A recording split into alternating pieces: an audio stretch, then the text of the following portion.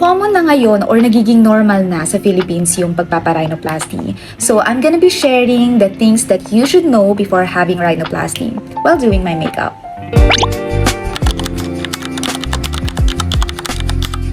Hi guys, by the way, my name is Ja, and the first thing that you should know for having rhinoplasty, sleeping position nyo. Need to sleep on a 30-degree or 40-degree angle. Nung una, parang feeling ko, carry lang, para kang natutulog lang sa bus. Nung na-try ko siya, actually ang hirap, lalo sa mga side sleeper. Kasi parang konti lang na maganon mo lang yung head mo, hindi siya pwede. Kasi yung implant, pwede siyang mahulog sideways. Pangalawa naman, yung pagkain mo. You actually need to eat less salty food. So, isipin mo ngayon, ano na ba yung mga food na walang salt? Bukod sa prutas, anong ulam ang walang asin? So, ang kinakain ko lang during that time is nilagang saba, nilagang kamote. And pumayat ako ng mga around 3 kilos because I did that for like 2 weeks. And then the third week, wala naman nagaanong restriction. Pero sabi ni Doc, possible daw na magkaroon ka ng swelling. Next is yung paghinga mo. So, today is my 8-week post-OP. Pero hanggang ngayon, nahihirapan pa rin akong huminga and pag natutulog ako, sa bunganga pa rin. So, kapag nag-walk ako, mas mabilis akong mahingal. Kasi nga, nagsiswell pa siya doon sa loob, kaya medyo close pa siya. Sa bunganga akong So, sabi nila, it will take 3 months to 6 months bago maging normal yung paghinga mo. So, that's something that you need to prepare as well. Next, yung pag-clean ng nose. Need to use cotton buds all the time. Kasi eto, diba 8 week na ako. Tingnan nyo to. Hindi ko pa siya ma-close totally kasi matigas pa yan. So, hindi ka makakasinga, hindi mo siya mapipinch. So, kailangan kinukuha mo yung kulangot. Kukunin mo siya using yung cotton buds. And napaka-challenging niya kasi pag nasa public ka, di ba, minsan nafe-feel mo parang na-a-achieve something sa loob. So, you need to bring cotton buds always sa bag mo. Next, yung smile mo magiging limited lang. I think nag-a-apply lang siya kapag inhaler-plastic ka. Correct me if I'm wrong. Kasi kapag binawasan yung dito mo and then tinahi siya, yung tahi mismo yung magdilimit sa paggalaw ng lips mo. So, nung unang week, parang ganito lang yung smile ko. Ganyan ako. Ganun. Tapos, nag-progress siya. After 7 days, inalis yung dito sa labas. Okay siya. Yan yung picture ko. And then, after 14 days post-op, dun ko lang siya totally na-smile ng sagad dahil naalis na rin yung suture hanggang dun sa loob. Pati yung pagsasalita mo, affected siya. Lalo yung pagbigkas mo ng letter M. Parang hindi mo maganon yung bibig mo. Hindi mo maganon kasi ang tigas ng dito. Hanggang ngayon, eto, matigas pa rin siya pero nakakaganito na ako ngayon. So next is bruising varies. So yung sa akin, after 7 days post-op, meron pa akong bruises na konti, na yellow. And then on the 9th day post-OP, totally wala na yung bruises ko. So sabi ni Doc, it depends sa genes. It also depends sa doctor technique and also kung gaano ka-thick or thin yung skin mo. That's why it's very important to do your research na maghanap ka ng doctor mo. Tinitingnan ko talaga yung healing journey nung mga videos na nakikita ko sa TikTok, Facebook, kung gaano kabilis. Kasi ako, may plano ako na mag-out of the country 3 weeks after my operation. So, talagang kinonsider ko na gusto ko in 2 weeks, okay na yung itsura ko. So, hindi naman ako nagkamali dun. Okay naman yung doctor ko and meron silang technique na ginagawa. I don't know. This is how I look like 3 weeks post-OP. And ito yung kuha ko sa Korea. Diba, parang okay na. Parang wala ng bruises or something. Wala ng pamamaga. Pero dinaan ko siya ng konti sa makeup kasi medyo namamaga pa yung ilong ko that time. So next, you may not allowed to wear glasses. First week, bawal talaga. Habang may suture pa and then may cast pa. Pero after na nung cast ko, inalaw na ako ng doctor na mag-wear ng eyeglasses. But make sure na nakalagay lang yung cast dito para may support. Kahit okay na, hindi ko siya ginagawa kasi nag-overthink ako na baka mamaya mag-collapse to. Next naman, your skin may get oily or you may break out. Hindi talaga ako ma-break out. Pero nung nagkaroon ng cast dito for 7 days, bagal mo kasi siyang alisin, nagkaroon ako ng blackheads. Look at this. Tingnan mo yung video ko dyan, may mga whiteheads ako na visible and nagkaroon ako ng whiteheads continuously for the next 2 weeks. So 3 weeks post-op, nag-i-struggle ako na maalis tong mga whiteheads na to. Nakaipon siya and then it gets too oily. Pero good thing na lang na hindi ako nagka-pimple kasi ino-offeran ako clinic na magpa-facial pero I decline kasi masyadong mahal. Nasa 5,000 siya. So, it's something na wala na sa budget ko. And feeling ko naman, parang wala gaanong gagawin. Kasi syempre, hindi mo siya pwedeng i-pinch ng bongga. So, ang ginagawa ko, ako na lang ang nag-alit ng whiteheads ko ng dahan-dahan. Nagawa ko naman. And ngayon, okay na siya. And next, you can't wear makeup for the first 2 weeks. On the 3rd week, pwede na. So, on the first 2 week, mukha ka talagang avatar. Na-depress ako, sa totoo lang. Kasi ang tsaka talaga, para akong pinutungan ng ilong. Like, ang itim ng dito ko dahil sa bruises. Tapos, ang laki. Namamaga siya. Tapos dito pa, para ang laki, ang pangit talaga.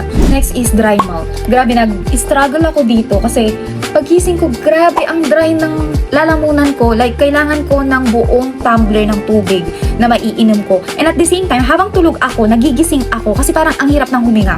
Kasi nga, tuyong-tuyo na to dahil all the time nakanganga ka. Hindi lang tulog, nakanganga ka rin habang ginagawa mo yung normal activities mo kasi hindi ka nga makahinga sa ilong. So, dapat nakaganon ka lang. Legit, ang hirap niya. So, that's something that you need to prepare. Ang OA ko pa.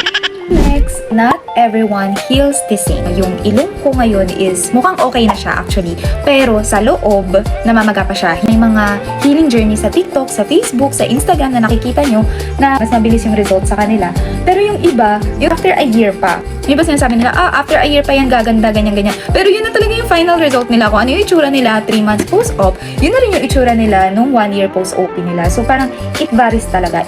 Next is you should bring reference photos carefully. So, ako, reference ko talaga is si Catherine Bernardo. Alam mo sino nagsabi nun? ChatGPT. Nagtanong ako kung ano yung magandang maging peg ko na actress dito sa Philippines. Tapos, ilang beses ako nagtatanong. Lagi niyang sinasabi sa akin, Catherine.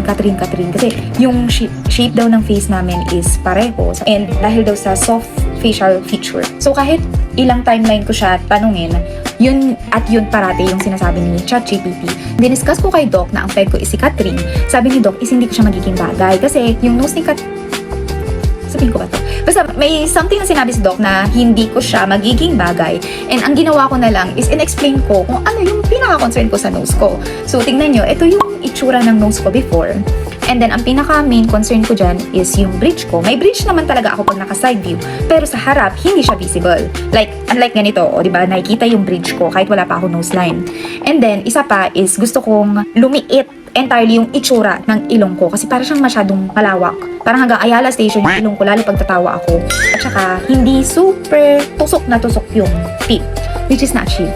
Yun yung happy ako. Next is, your nose will feel stiff for months. Months talaga siya, guys. Kasi, ang tigas niya. Para talaga siyang bato. Kahoy na lang, kahoy. Masyadong matigas yung bato. Sobrang tigas niya. Hindi ko alam kung pwede siyang magganon. Kasi dati napaka-squishy ng ilong ko. Pagka ganon mo, lulubog talaga siya. Parang gaganyan talaga siya. May time na move ko siya like this. Na-move ko siya ng konti. Kasi parang may poste dito eh. Eto, may poste siya. Kasi bitin talaga yung ilong ko. Next, mental side is harder than expected. So, after ko ma-operahan, ginising ako para makita ko kung ano yung itsura ko. Then, nung nakita ko, hindi ko talaga gusto. As in, kasi pagka-side ko ng ganyan, grabe, ang taas! Parang nag-iba totally yung mukha ko. Tapos ako naman, since na ang dami ko na nababasa sa video, okay pa yan. Tapos, nung pagkaalis nung cast ko, after 7 days, ina-expect ko na okay siya. Kasi habang nakalagay yung cast, mukha akong okay. As in, parang ang ganda, ganyan. Ito yung itsura ko. Pero, nung inalis siya, meron akong scabbings dito, grabe yung scar like this. Ito, kita pa yung scar ko until now. Tsakang tignan. Kasi nga mukha kong avatar, namamagayin dito and all. So, nung time na yon, araw-araw akong tumitingin lagi sa salamin. Chinecheck ko maya't maya kung may improvement ba o wala. And then, mas importante na meron kang kasama sa bahay na para mag-cheer up sa'yo. Kasi yung husband ko, never niya sinabi na I look pangit, na I look tsaka. Puro niya sinasabi, ang ganda na. Actually, nag-improve ka. Puro ganon. Nakakatulong din na kapag ang tingin ng ibang tao sa'yo is okay. Lalo yung friends ko, never ako nakarinig sa kanila ng negative comment. Lahat sila sinabi okay lang. So parang naka-help din sila somehow sa recovery ko. Next naman, sabi nila bawal mag-exercise. Nope. Kasi nag 5,000 steps na agad ako second day after rhinoplasty and sabi ni Doc nakakatulong daw yun for blood circulation. Pero syempre, dapat mag-walk ka lang kung ano lang yung kaya mo. Baka mamaya, nag-walk-walk ka dyan ng 10,000 steps tapos hindi ka nakakahinga, ma-heart attack ka dyan, guys. So ako, ang ginawa ko lang, 20 minutes walk, that is 2,500 steps according sa app ko. And medyo hinihingal na ako nun. Tapos 14th day post-op, ginawa ko siyang 7,500. And then 3rd day post-op, saka ako bumalik sa 10,000 steps. So yun lang yung ginagawa ko. Hindi ako bumalik doon sa mga strength exercise ko na yung para sa ab, para sa leg. And lastly, choosing your doctor is more important than having the rhinoplasty itself. So, actually, itong pagpaparino ko, matagal ko na itong pinag-isipan, even nung wala pa akong husband. And then, nag-search na talaga ako ng mga groups, ng mga doctors, kung sino yung magaling kumawa. So, sabi ko, kahit mahal yan, as long as wala siyang negative record and maganda yung pagkakagawa niya sa ilong, I'm good with that. Kasi mas maganda yung wala ka na ipapagawang any revision. Yung isahan na lang, kahit mahal, basta isahan na lang siya. All goods ako doon. Kesa, mura nga, tapos medyo may ayaw ako, magpaparevise ako, so mas mapapamahal ang gastos. And take note, revision is more expensive kesa sa virgin nose. So, nung nag-search ako, itong doctor na to, wala siyang negative reviews at all.